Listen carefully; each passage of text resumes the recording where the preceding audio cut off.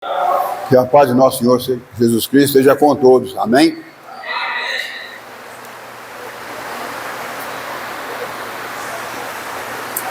Igreja, gostaria que vocês abrissem as Escrituras no livro do Evangelho de João.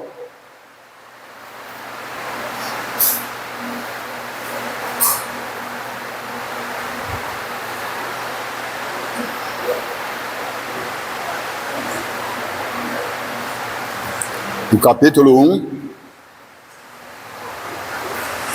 versículos de 1 a 3. João 1, de 1 a 3. Vamos à leitura. No princípio era o Verbo, e o Verbo estava com Deus, e o Verbo era Deus. Ele estava no princípio com Deus, todas as coisas foram feitas por intermédio dele, e sem ele, nada do que foi feito se fez. Aqui está dizendo que Jesus Cristo é a própria palavra viva. E nós, como cristãos, e dizemos que somos discípulos de Jesus, nós temos que observar sempre a palavra em primeiro lugar. Porque Jesus, ele é que nos educa, nos ensina em tudo, nos protege, nos ajuda em momentos difíceis, momentos alegres. Ele sempre tem que estar presente, porque ele é o Senhor das nossas vidas. Amém? Eu gostaria que vocês abrissem também a Escritura agora, no livro de Tiago.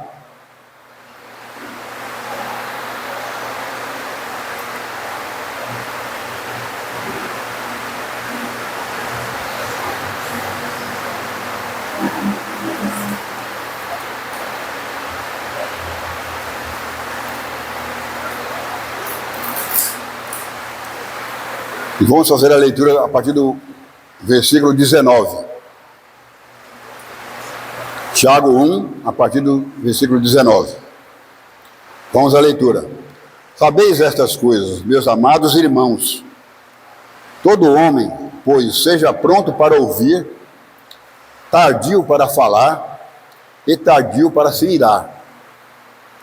Porque a ira do homem não produz a justiça de Deus. Portanto, despojando-vos de toda impureza e acúmulo de maldade, acolhei com mansidão a palavra em vós implantada, a qual é poderosa para salvar a vossa alma. Versículo 22. Tornai-vos, pois, praticantes da palavra, e não somente ouvintes, enganando-vos a vós mesmos.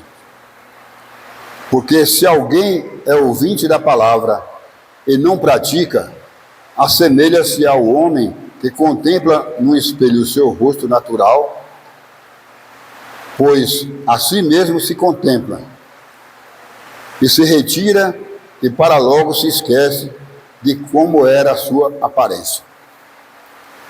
Mas aquele que considera atentamente na lei perfeita, lei da liberdade, e nela persevera, não sendo ouvinte, negligente, mas operoso, praticante, esse será bem-aventurado no que realizar. Se alguém supõe ser religioso, deixando de refrear a língua, antes enganando o próprio coração, a sua religião é vã. A religião pura e sem mácula para com o nosso Deus e Pai é esta: visitar os órfãos e as viúvas nas suas tribulações e a si mesmo guardar-se incontaminado do mundo. Palavra dura, mas necessária, né, meus irmãos?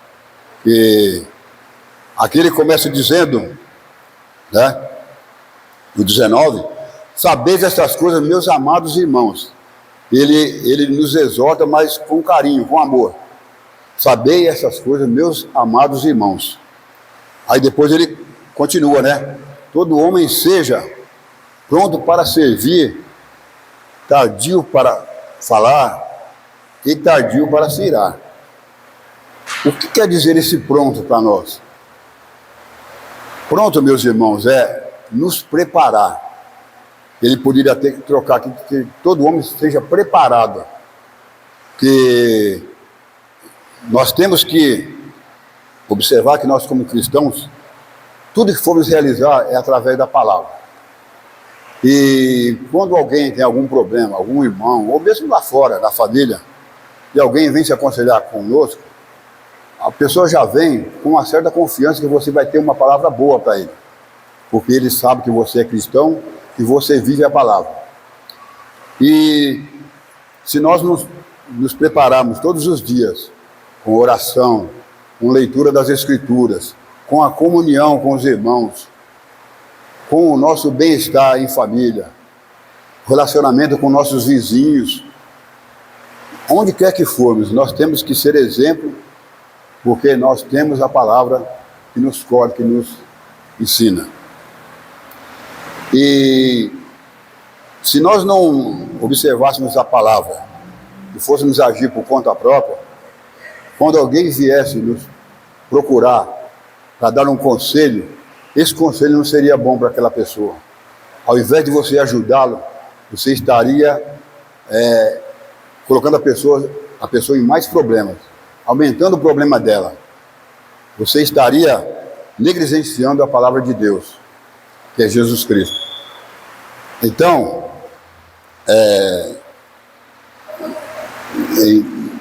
falando sobre a palavra, nós sabemos que não é fácil viver a palavra. A Bíblia, você ler a Bíblia é uma coisa, você praticar a Bíblia é outra. Ler, qualquer pessoa lê. Você pensa assim, hoje eu vou ler 3 capítulos, 4 capítulos. Aí você pega e fala assim, não, já cumpri minha cota de leitura hoje, já li, tá tudo bem. Mas será o que você leu, você colocou realmente no seu coração, no seu entendimento?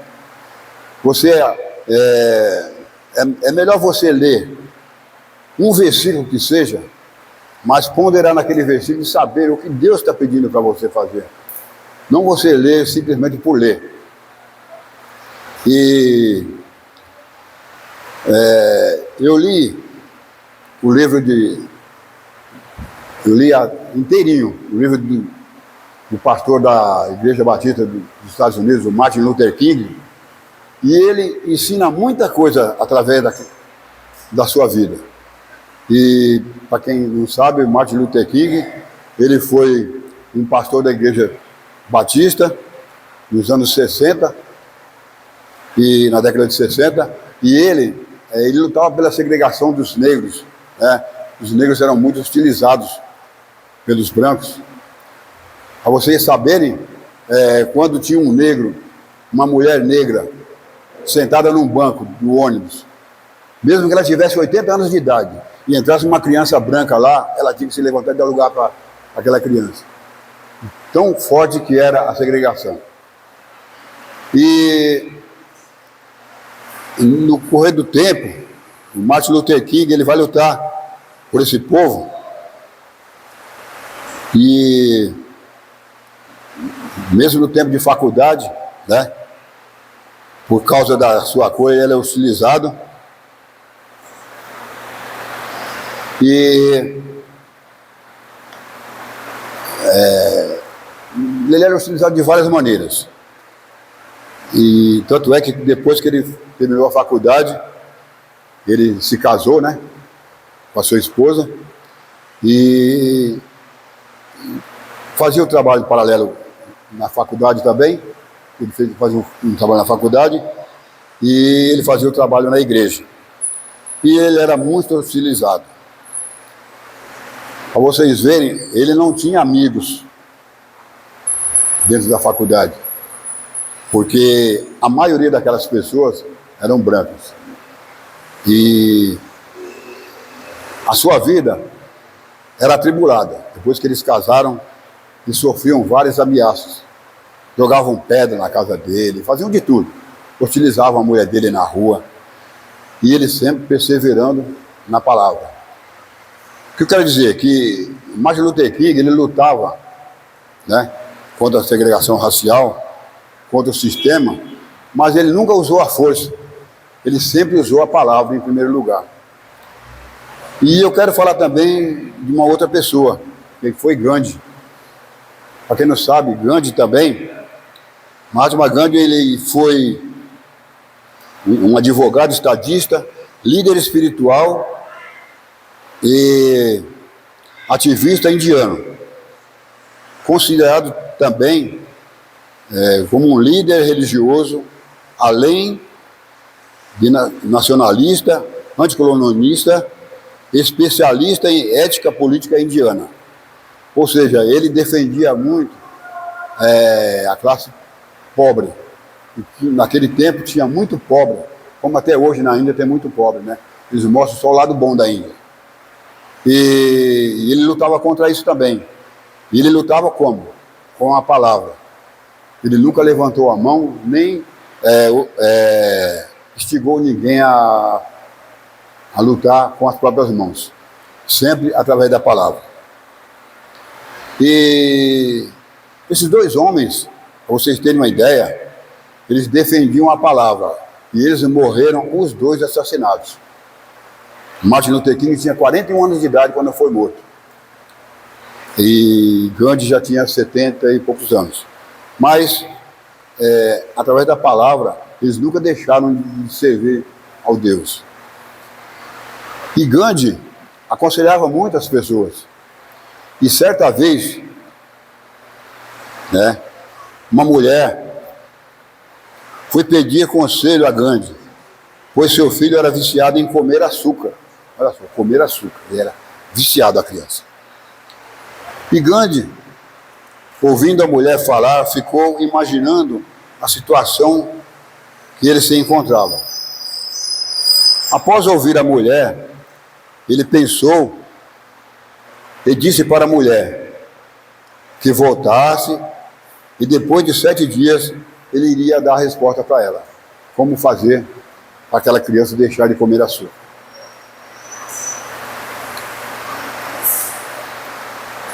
Após passarem os 7 dias, a mulher voltou. E Gandhi, por sua vez, falou para a mulher como que ela ia fazer para que seu filho deixasse de comer açúcar. Mas sabem por que Gandhi não deu a resposta para ela na hora que ela perguntou, no mesmo dia que ela veio? Porque ele também tinha esse vício de comer açúcar. E ele sabiamente deixou a mulher voltar para casa e foi refletir e encontrar uma maneira para ele deixar aquele vício. Após ele conseguir deixar esse vício de comer açúcar, a mulher retornou e ele falou como que ela tinha que fazer. Para vocês verem como é ser um tolo e ser um sábio. Ele foi sábio. Ele poderia muito bem dizer qualquer coisa para a mulher, né, para se livrar daquele problema no momento, mas ele pediu um tempo. Ele não deixou de resolver o problema dela. Mas primeiro ele foi resolver o que de fato ele tinha na sua vida para resolver. E ele conseguiu ajudar a mulher.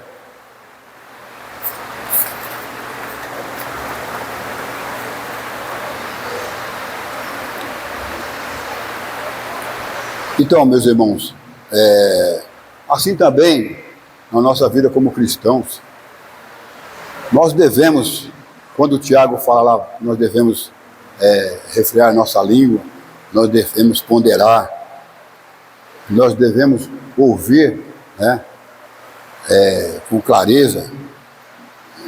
E você tem que ouvir e ponderar o que você está ouvindo e não retrucar a pessoa na hora que a pessoa está falando, que assim você não vai ajudar a pessoa. Você só vai ajudar a pessoa se você estiver realmente preparado para aquela resposta e aquela ajuda que poderá ser boa para a pessoa. Irmãos, para concluir essa mensagem, Eu gostaria que vocês abrissem lá em Hebreus 4.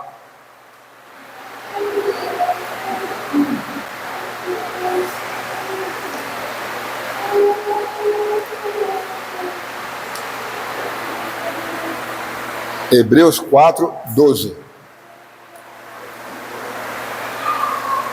Vamos à leitura. Porque a palavra de Deus é viva e eficaz. É mais cortante do que qualquer espada de 2 gumes. E penetra até o ponto de dividir alma e espírito, juntas e medulas. E é apta para discernir os pensamentos e propósitos do coração. O que esse versículo está querendo nos dizer? Que ela é viva e eficaz. A palavra de Deus é eficaz em tudo. E ela é mais cortante que espada de 2 gumes. Por quê? Porque a espada de 2 gumes, ela corta tanto para a direita como para a esquerda. E ela é capaz de dividir a alma e o espírito, juntas e medulas. E ela pode discernir os pensamentos, nossos pensamentos, e propósitos do nosso coração. E muitas vezes a gente pensa que nós estamos fazendo as coisas, estamos enganando um irmão, um vizinho, quem quer que seja, mas nós estamos enganando a Deus. E nós vamos ser cobrados por isso. Porque a partir do momento que Deus nos resgatou das trevas para a sua maravilhosa luz, nós temos o nome de Cristo. Nós somos,